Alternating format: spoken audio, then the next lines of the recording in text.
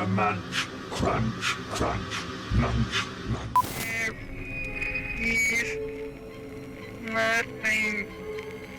I eat little baby's ice cream. It keeps me young. It keeps me light on my feet.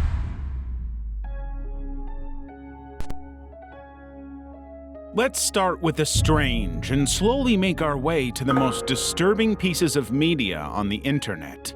I made this iceberg myself, and trust me, this gets terrifying fast.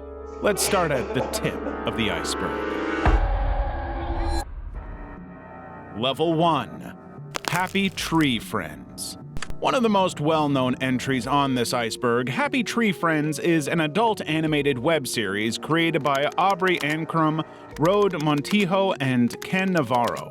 While I described it as well-known, infamous might be a better word for it, as Happy Tree Friends was created to be deceptively cutesy, almost obnoxious, before shocking its viewers with some of the worst, or best, animated gore you'll ever see. Yeah, Happy Tree Friends relies solely on its subversive shock value. Every episode follows the same formula of starting peacefully, pretending to be an edutainment cartoon, with their characters living their own lives, and ending with most or all of them dead. What leads to the violence and death on screen is usually something very minor. One of the characters trips and cracks its skull on a rock, or another one of them goes crazy and kills everybody. In true serialized cartoon fashion, there isn't much of a story that isn't introduced and resolved in the same episode. Once you get used to it, watching the show either becomes fun or you start dreading it a little.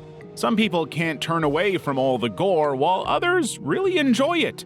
And that's the genius of Happy Tree Friends. The web series aired its first episode on December 24th, 1999 on the Mondo Media website. The first 2 seasons were web series, with the 3rd season premiering on Comic-Con 2006 as a whole television show. Happy Tree Friends lasted until 2017, airing a 5th season called Still Alive. The show's popularity waned over the years as people's humor changed to something more modern, but it was never truly forgotten. How could it be? The Kid and the Camera. The Kid and the Camera is a successful short horror film created by YouTuber Grumbled Inc. Entertainment. It was uploaded on January 15, 2023 and has since amassed 3.5 million views. The Kid and the Camera is also one of only 3 videos on Grumbled Inc. Entertainment, which is unfortunate as the creator seems highly talented. The Kid and the Camera tells the story of a boy named Kalen and the fairy-like creature known as Kipsneed. On his 6th birthday, Kalen received a photo camera and developed a love for photography. He took pictures of everything that caught his eye until one day his camera broke. Kalen was crushed and couldn't sleep, but that same night he was visited by the Kipsneed. Kalen is immediately skeptical of the creature. Kipsneed is able to silence his doubts by claiming that it was no stranger since it knew Kalen's name. I even know your name, Kalen. Kipsneed claims to know a place where Kalen's camera can be fixed, and all he needs to do is follow the Kipsneed into the woods. Kalen agrees and follows the fairy deep into the forest. I won't spoil the ending since you can easily find and watch the original 7-minute short film for free on YouTube. But it's a very good watch, surprisingly well made and thought out as it builds tension with its quiet atmosphere. The short has a stop-motion animation and video quality style reminiscent of 90s children's shows. That adds another layer of horror, as any teenager or adult could see through Kipsneed's obviously creepy demeanor, but a child could be fooled by something or someone like him and end up as Kalen did. Level 2. Cursed Teletubbies Hospital Photo. You might have seen this photo before, a kid in a hospital bed surrounded by 4 of the creepiest Teletubbies you've ever seen. The Cursed Teletubbies photo is an internet classic that has been around for almost a decade now. Many people have tried to investigate further into it, but the trail always begins and ends in the same place. The image was first posted by user JF1984 in the r/creepy subreddit. The post has since been deleted. Speaking with JF1984 yields little more information. All we know is that he took a photo of it in the hallway of a British hospital. The photo was in a children's ward on a board titled Celebrities, Who's Visited Us. Trying to research elements in the picture also yields little to no results. We can extract from the image that the people sent to cheer this poor kid were probably using bootleg costumes. On the other hand, it's not like it's hard to make the Teletubbies appear creepy. The internet has taken notice of that, as this image in particular has been edited multiple times to appear scarier, not to mention how many Teletubbies-themed creepypastas you can find. The photo remains a mystery, as it should. Another unexplained thing added to the pile of weird, unsettling things you can find online. Sitting and Smiling. Sitting and Smiling is one of the most interesting video series you'll find on YouTube. Every Sitting and Smiling video is nothing more than 4 hours of endurance artist Benjamin Bennett sitting and smiling. Really, Benjamin has created and uploaded exactly 327 of these videos, 1,308 hours of non-stop smiling while staring right into the camera without saying a word. It is safe to say that many people find these videos unsettling. There have been a few awkward moments, like when someone walked on Benjamin doing his little routine, but nothing was creepy about it. As stated before, these videos are a form of endurance art. Endurance art is a performance art involving some form of hardship, such as pain, solitude, or exhaustion. You can see this in a few raw moments during his videos when he breaks into tears but remains smiling or urinates himself.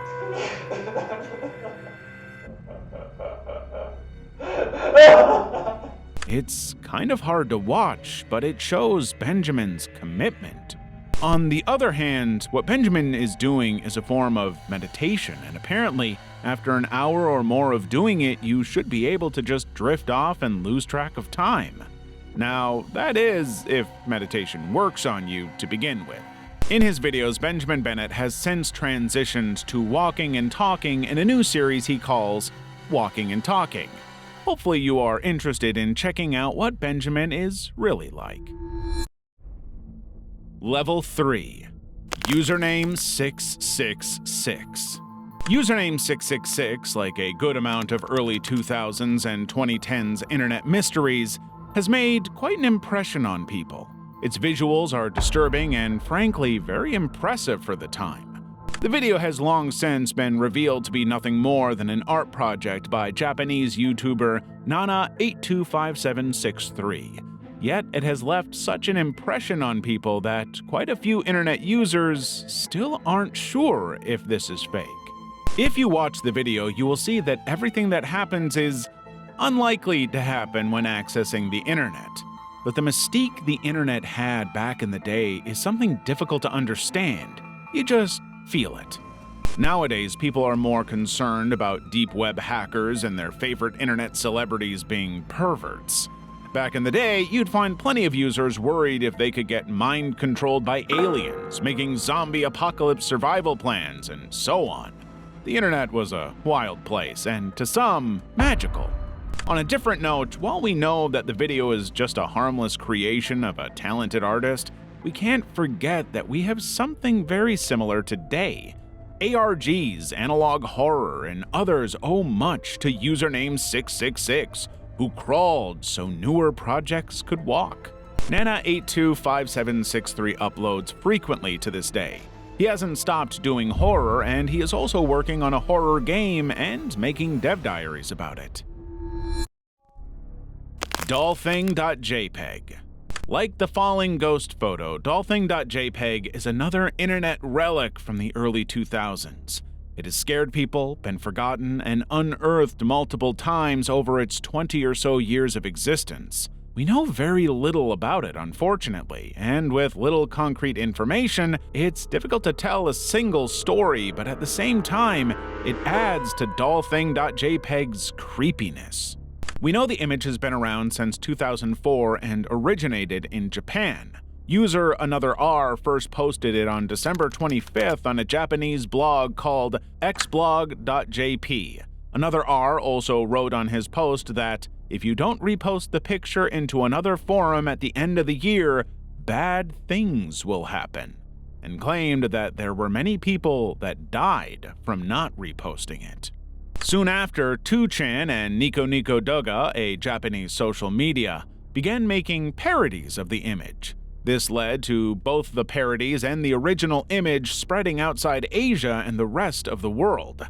In the West, many users associated the image with the Gurgles and Bugman creepypasta, or Facebook user Hanna-Barbera's Genocide. Hanna-Barbera's Genocide is its own rabbit hole, as this user was infamous for posting gore and other illegal content on their account. But we eventually did find the original image that was edited into dollthing.jpg. It is this old, broken Japanese doll. The doll is creepy enough that it could spawn another creepypasta, funnily enough.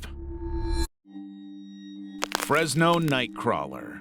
While you might not recognize them by the name Fresno Nightcrawlers, it sounds pretty intimidating, you've probably seen them before. The Fresno Nightcrawler is the name given to those goofy pants-shaped creatures spotted on a home security camera all the way back in 2007. When you talk about Fresno Nightcrawlers, you also open a whole can of worms, as there is surprising evidence and debate around these creatures. As the name suggests, these little guys were first spotted in Fresno, California, but have been spotted in other US states like Montana and even in Europe. Still, most serious cryptid experts consider any sightings outside of Fresno a hoax. It's called the Fresno Nightcrawler for a reason. But that's just one aspect of the creature. What is a Fresno Nightcrawler? Specialists debate if it's an alien life form, a magical being, or a runaway bedsheet. The man who first registered the Nightcrawler, Jose, even had paranormal investigators show up at his house. They attempted to capture more footage of the creatures and debunk the footage. They couldn't find any proof that the Fresno Nightcrawler was real and couldn't theorize what it might have been. To some extent, the Fresno Nightcrawler does exist, but in the hearts and minds of the locals who have embraced the creature as part of a local folklore. People have made drawings and plushies of the Nightcrawlers because they are so adorable. So even if they're not out there, they still have an impact on the world. And if you want to make an impact, you can do so by liking this video and subscribing to the channel. My Way Killings. My Way is the English language version of the French song Comme d'habitude, released by Frank Sinatra in 1969. The original song was written by Jacques Revol, Gilles Tabu, and Claude François in 1967. The My Way Killings are inexplicable events linked by the fact that the song was playing while the crimes were committed. They happened in the Philippines from 2000 to 2010, and it's estimated that around 12 people were victims of it. The killings gained notoriety on May 29, 2007, when 25-year-old Jean-Marc Arambuyatan was shot dead by a bouncer at a bar in San Mateo, Rizal. The bouncer stated that he killed John using his service weapon when he went off-key while singing My Way and struggled to get back on track. And yes, the story makes no sense, like many of the explanations given to the case. Experts have attempted to explain what happened by correlating the song's lyrics to a heightened state of aggression. Karaoke is very popular in the Philippines, as it is in many Asian countries, and the country does have a rather high rate. So, while not as exciting, it's likely a coincidence that the song played during those crimes and was not the reason they were committed. Junji Ito's work. Modern horror is not often considered a work of genius, with movies and games often relying on cheap tricks like jump scares and CGI gore to try to shock the audience. Enter Junji Ito, a 61-year-old Japanese manga artist known for his outstanding talent when it comes to telling mind-bending horror stories and drawing some of the most grotesque things you'll see with incredible artistry. Though you likely know him. His works, such as Tomie, Uzumaki, and Gyo, are universally recognized as masterpieces. Junji Ito was born on July 31, 1963 in Sakushita, Japan. He began his experience in the horror world at a very young age, with his first manga being Mummy Teacher by Kazuo Umetsu.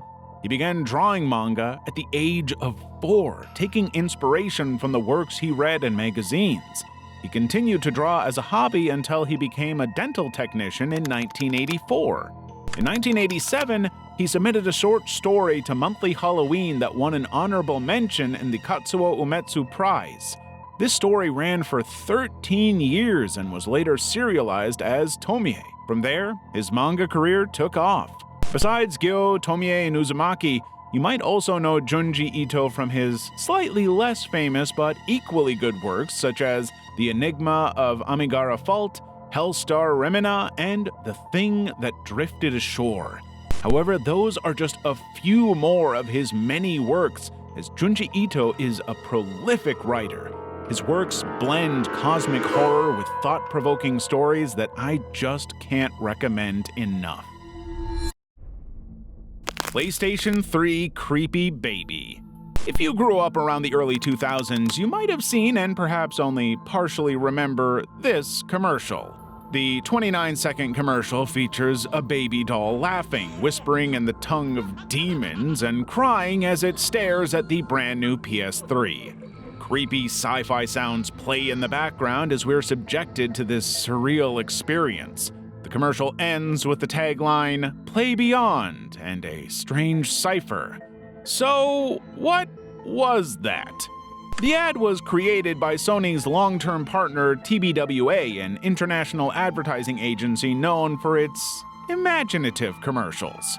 TBWA has been producing weird and sometimes disturbing stuff like the crying baby commercials since the 90s, and the PS3's marketing campaign was nothing out of the ordinary for them.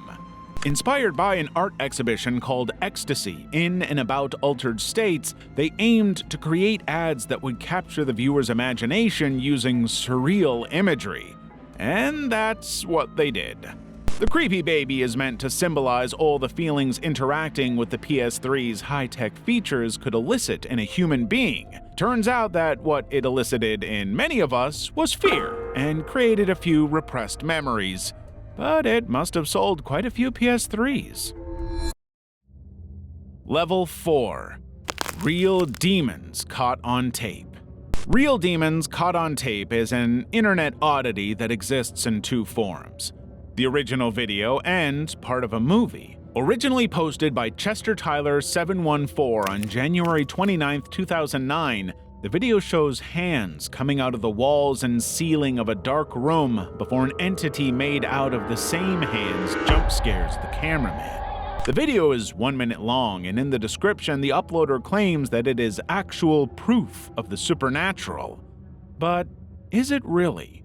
Well, there is a movie from 2012 called VHS that features a segment that is eerily similar in style and quality to the paranormal activity seen in Real Demons Caught on Tape. It was created by Justin Martinez and many other talented people. Someone asked him about Chester Tyler 714's video. The video had been featured in a Cracked article, and Justin had this to say: "I was pretty blown away by that." The video is 4 years old, and in their opinion, nothing has beaten it. While not explicit, it does confirm that it is Justin's creation.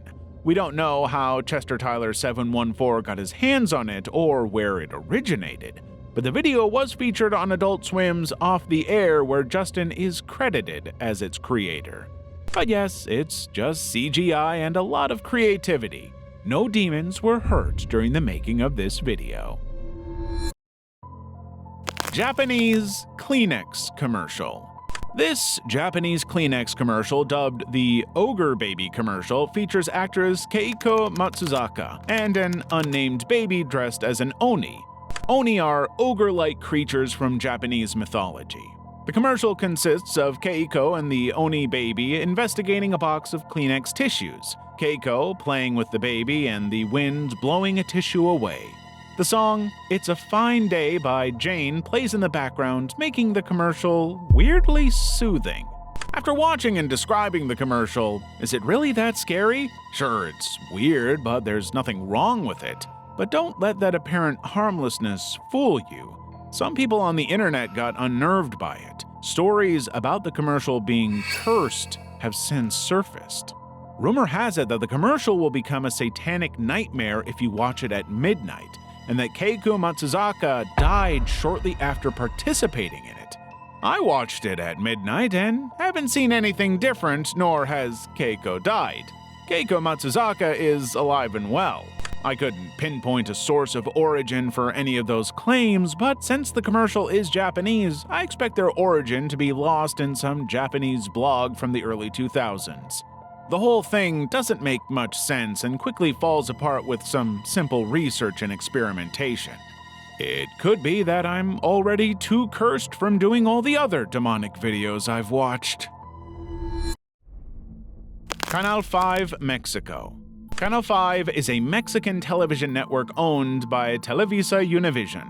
It was created in Mexico City in 1952. Canal 5's program lineup is targeted at a younger audience. It usually airs cartoons, series, and movies along with a limited number of sporting events like NFL games, boxing, and the FIFA World Cup. In recent years, Canal 5's Twitter page has started posting strange and disturbing posts. Stuff that is completely out of character for a channel targeting a younger audience. The posts typically happen between 3 a.m. and get deleted a few hours later. Some examples of posts include Michael Rosen's lunchtime song, though horribly distorted, and whatever this is. The posts have been investigated and widely shared on Mexican social media. Infobay Mexico, a Mexican news site, contacted one of the collaborators of Channel 5 who claimed they did not know the disturbing posts. Channel 5 also aired the infamous Celine Delgado Lopez missing girl report, which proves they aren't strangers to creepy content.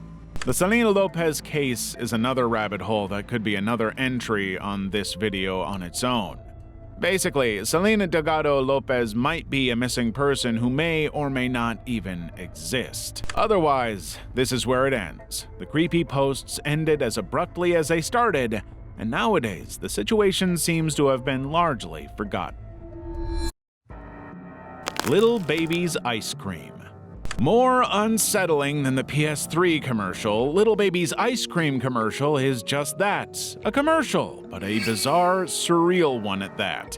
It's only a minute long, but it leaves quite the impression. The commercial is both creepy and disgusting, while not in reality featuring anything like death or blood. Considering the state of modern media, this is remarkable. The commercial stars a person covered in ice cream eating it out of their head. All the while, an American Psycho-style narrator waxes poetic about eating ice cream and how it keeps him young and full of energy, like a baby. I eat little baby's ice cream. It keeps me young.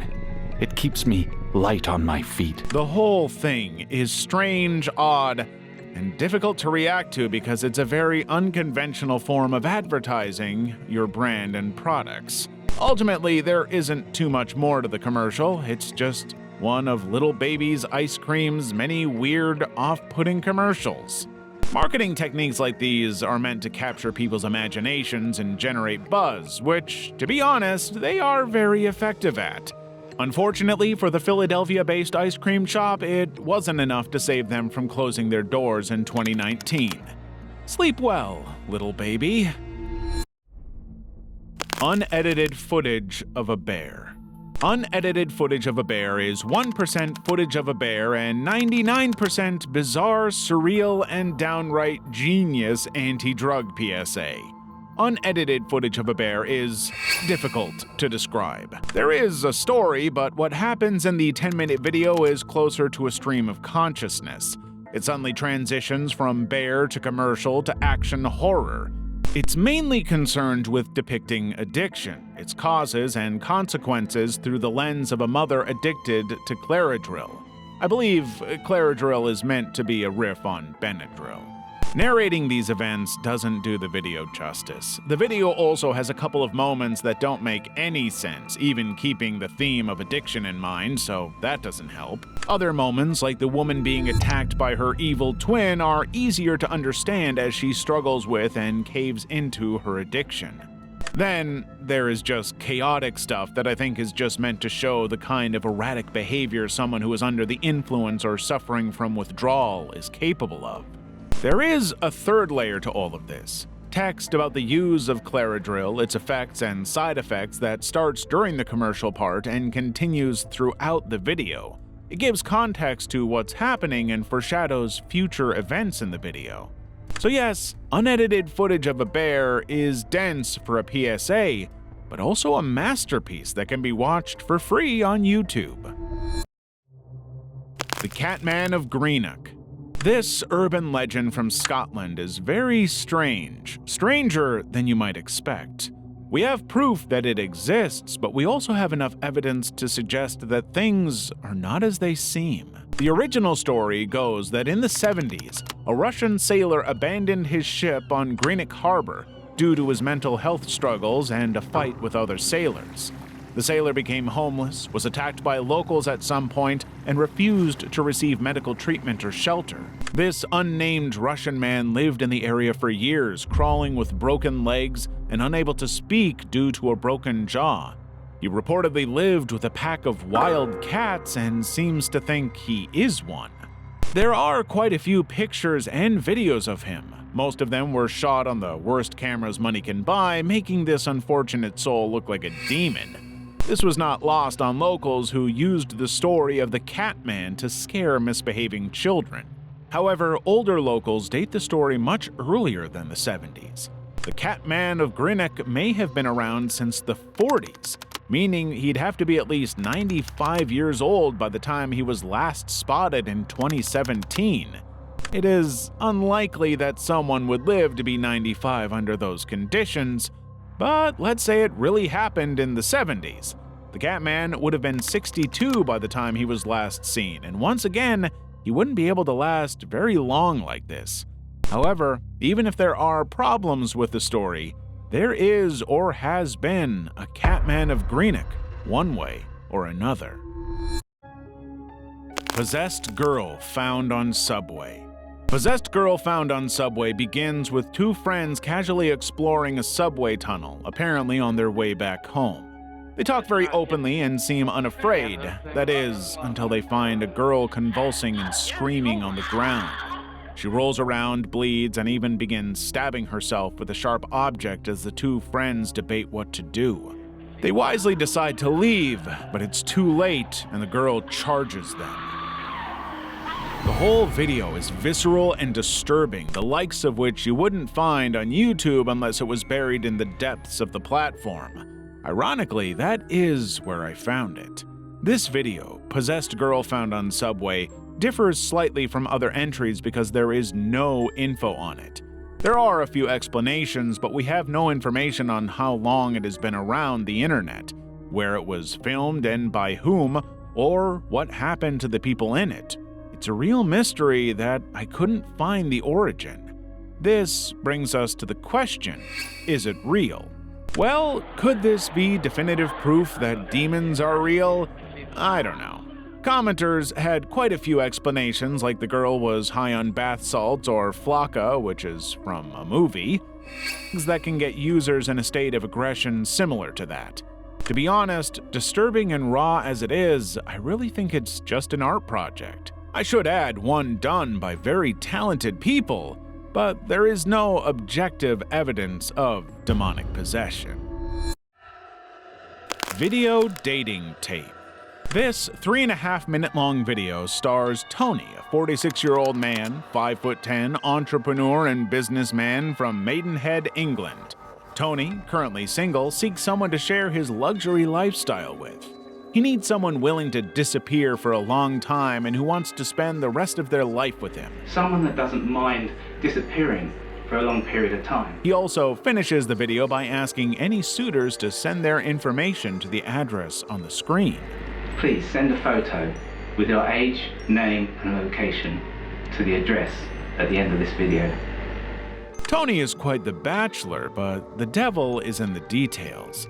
Besides the obvious weird things going on, like when we hear screams in the background and Tony angrily lashing out at someone, his speaking reveals his true evil intentions. Tony sounds like he has a killer personality, but doesn't win any awards as a host, as we have seen how he treats his guests. I speak with such levity because this video dating tape is one of the more obvious examples of an art project. Why would Tony keep those terrible outtakes? Or him angrily lashing out at a victim and becoming increasingly more agitated? And besides, the editing also gives away the true nature of video dating tape with its cuts to old commercials.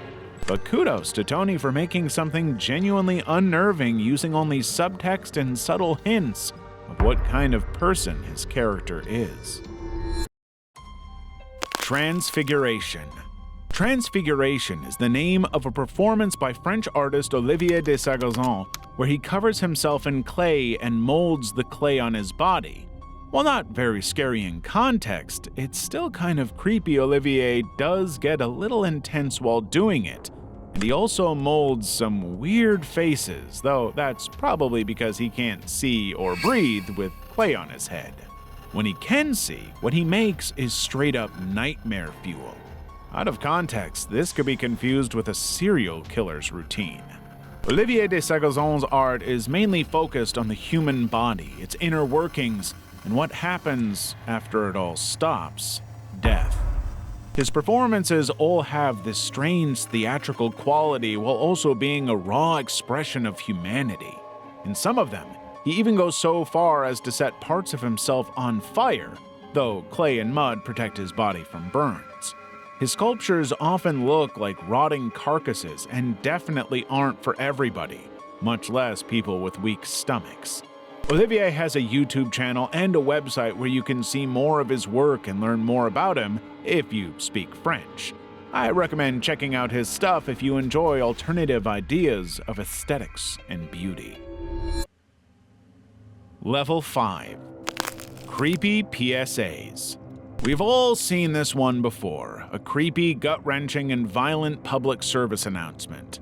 These are meant to get a message through supposedly thick skulls. Some go above and beyond and are legitimate nightmare fuel made worse because you often don't expect it, and they tend to be well-crafted, unlike some cheap jump scares you'd see in modern movies.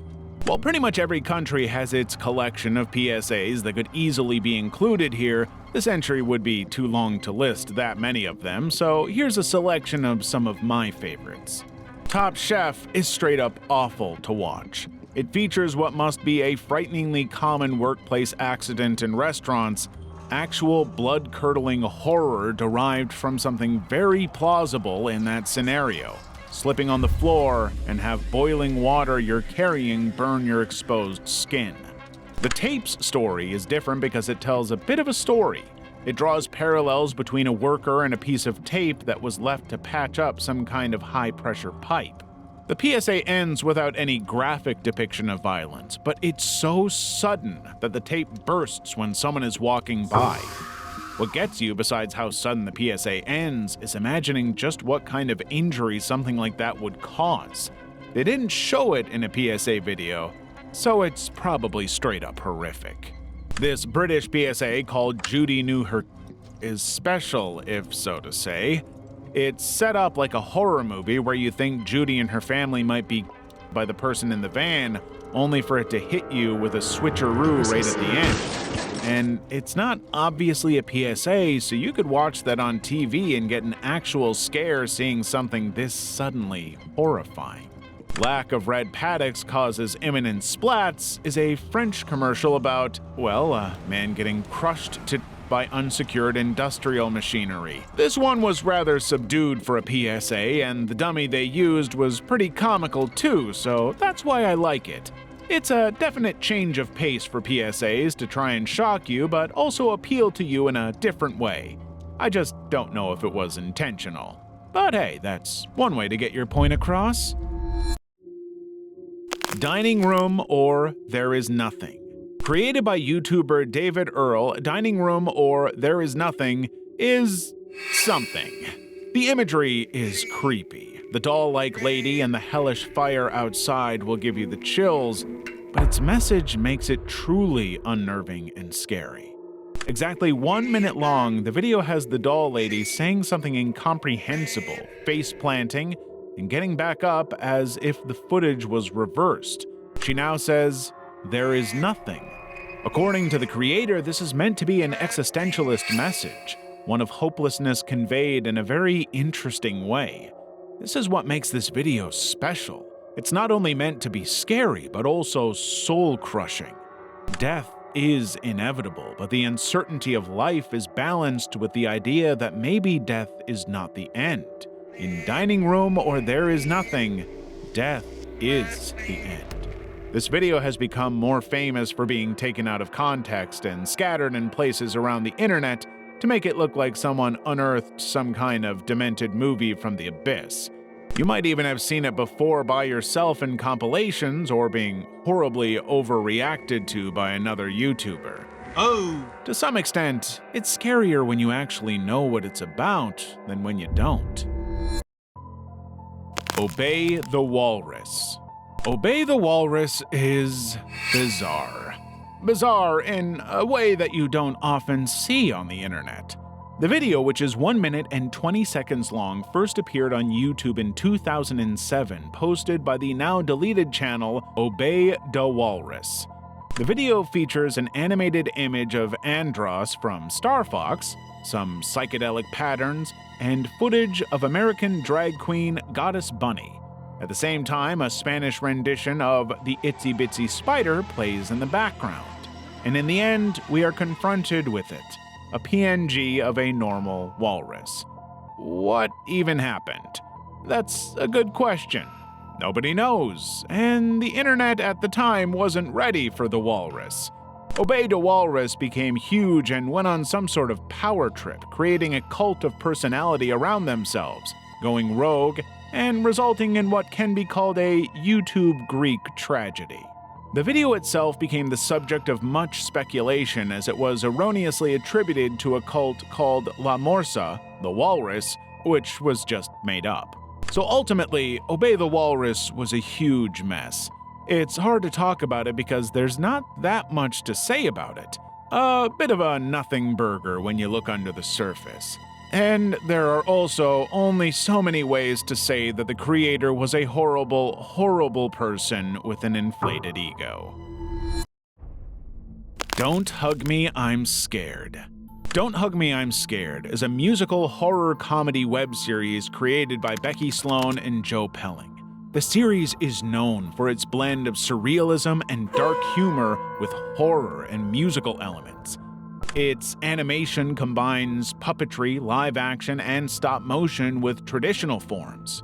The original series consisted of 6 short episodes released on YouTube from the 29th of July 2011 to the 19th of June 2016. Due to its popularity, a television series was released in 2022. The television series discusses jobs, death, family, and more mature subjects. Each episode starts like a typical children's series. They feature anthropomorphic puppets like those in Sesame Street or The Muppets. The series parodies children's TV shows by contrasting its childlike environment against its disturbing themes. Each episode features a surreal plot twist in the climax. These plot twists include graphic violence, dark humor, existentialism, and psychological horror. The web series received widespread critical acclaim. The television series was met with similar acclaim. Give them both a watch, or at least the web series since it's free on YouTube. Mouse.avi. Mouse.avi is an instantly recognizable internet relic from the 2010s, though not for the reasons you might expect. The background sound of the video is actually the same one used for the Mr. Incredible Becoming Uncanny meme, the uncanny part at least, and that's actually a perfect representation of Mouse.avi.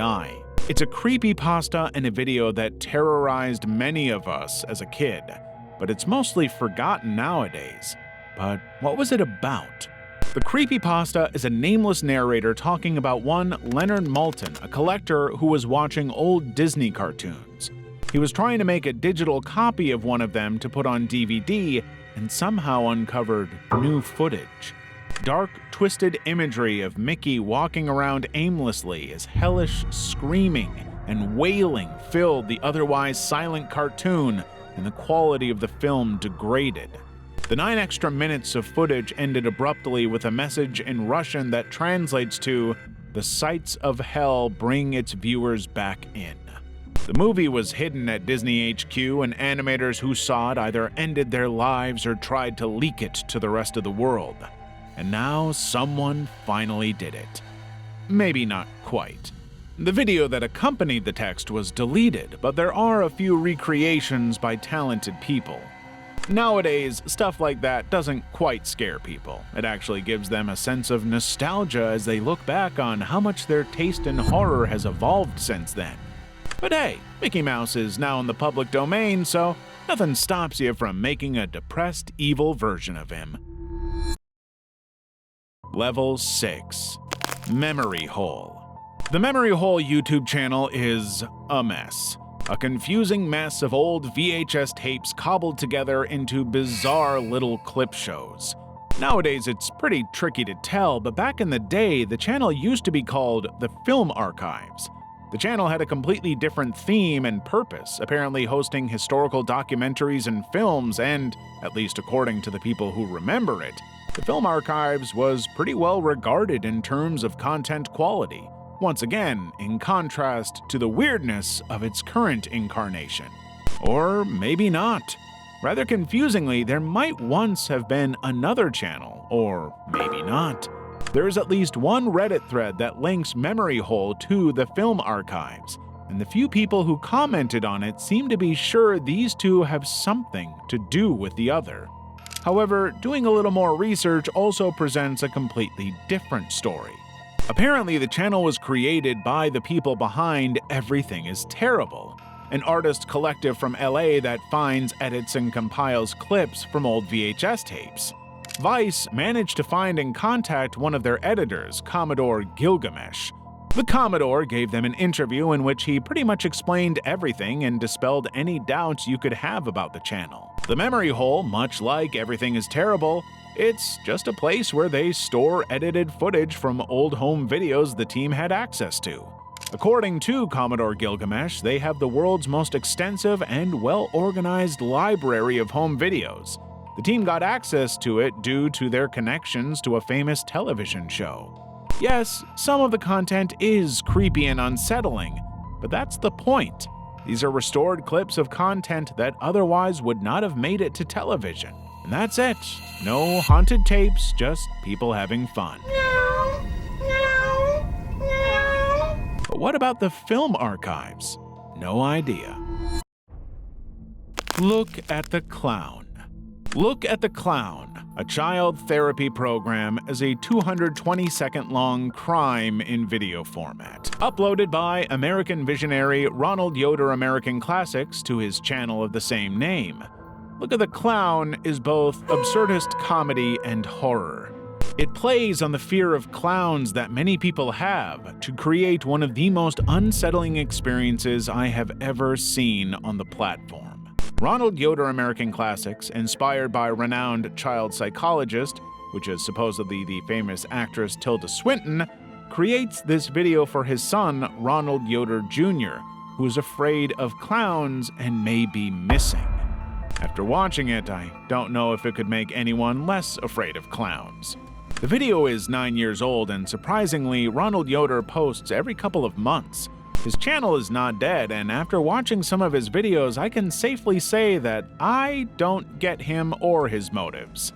All of Yoder's videos are absurdist comedies that reveal little about him. He seems to be aware of Look at the Clown's popularity. He's even made fun of Iceberg videos covering the video and his channel. Thank you to YouTube's users, Chill Fuel, for mentioning me in his Iceberg's video.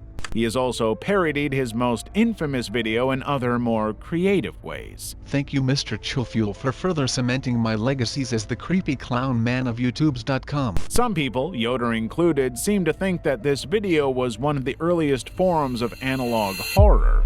While I can't verify any of these claims, I can guarantee that nobody should look at the clowns.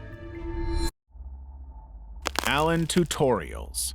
Created by Alan Resnick in 2011, Alan Tutorials is a channel that instructs its viewers on how to successfully perform nonsensical tasks, such as how to leak on a piece of paper, how to make mail into a square, and how to make a windmill.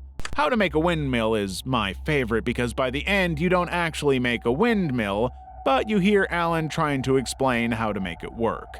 As time passed, some strange videos were uploaded to the channel. Videos such as how to escape a dark room and find light, how to eat light spin salad, and a few more all began to show up on his channel, making some of his viewers think Alan might have been kidnapped and escaped using the skills he developed through his tutorials.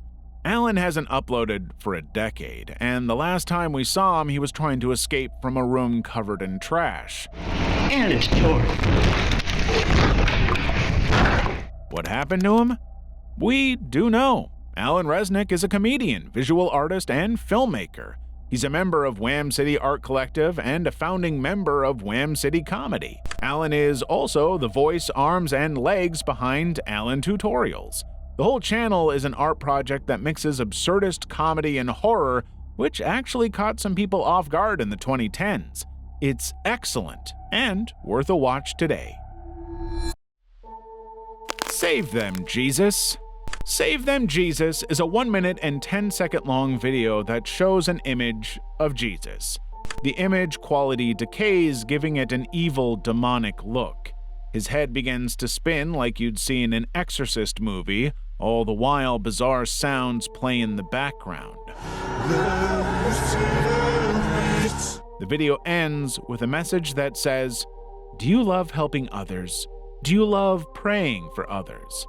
Well, why not those who are suffering in hell? They need it the most. Do they really deserve such unimaginable eternal pain? But if you want to end their suffering, you'll have to oppose God. He won't erase hell, no matter how much we ask."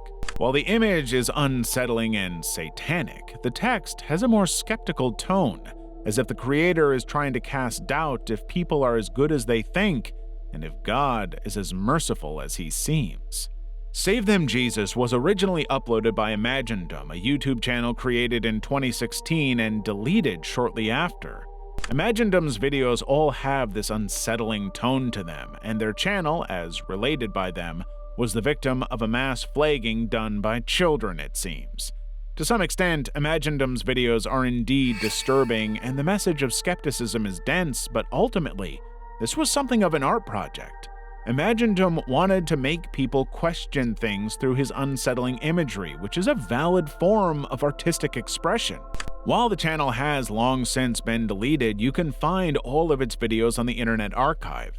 So if you're up for a bit of shock philosophy, you might want to check Imagindom's videos. Level 7. Cooking with Huck Botko. Cooking with Huck Botko is difficult to talk about. It's actually hard to say if the footage is fictional or not, as the delivery is extremely deadpan, and you see a good amount of the disgusting stuff actually happening on camera.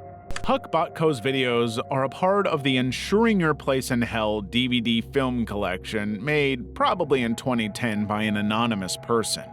The DVD contains 4 minimal films combined, including the infamous Grave Robbing for Morons, the obscure Mortuary of the Dead, Cooking with Huck Botko, and the bizarre Exploding Varmints. Ensuring Your Place in Hell is an exceedingly rare DVD that will go for outrageous prices online if you can find it at all.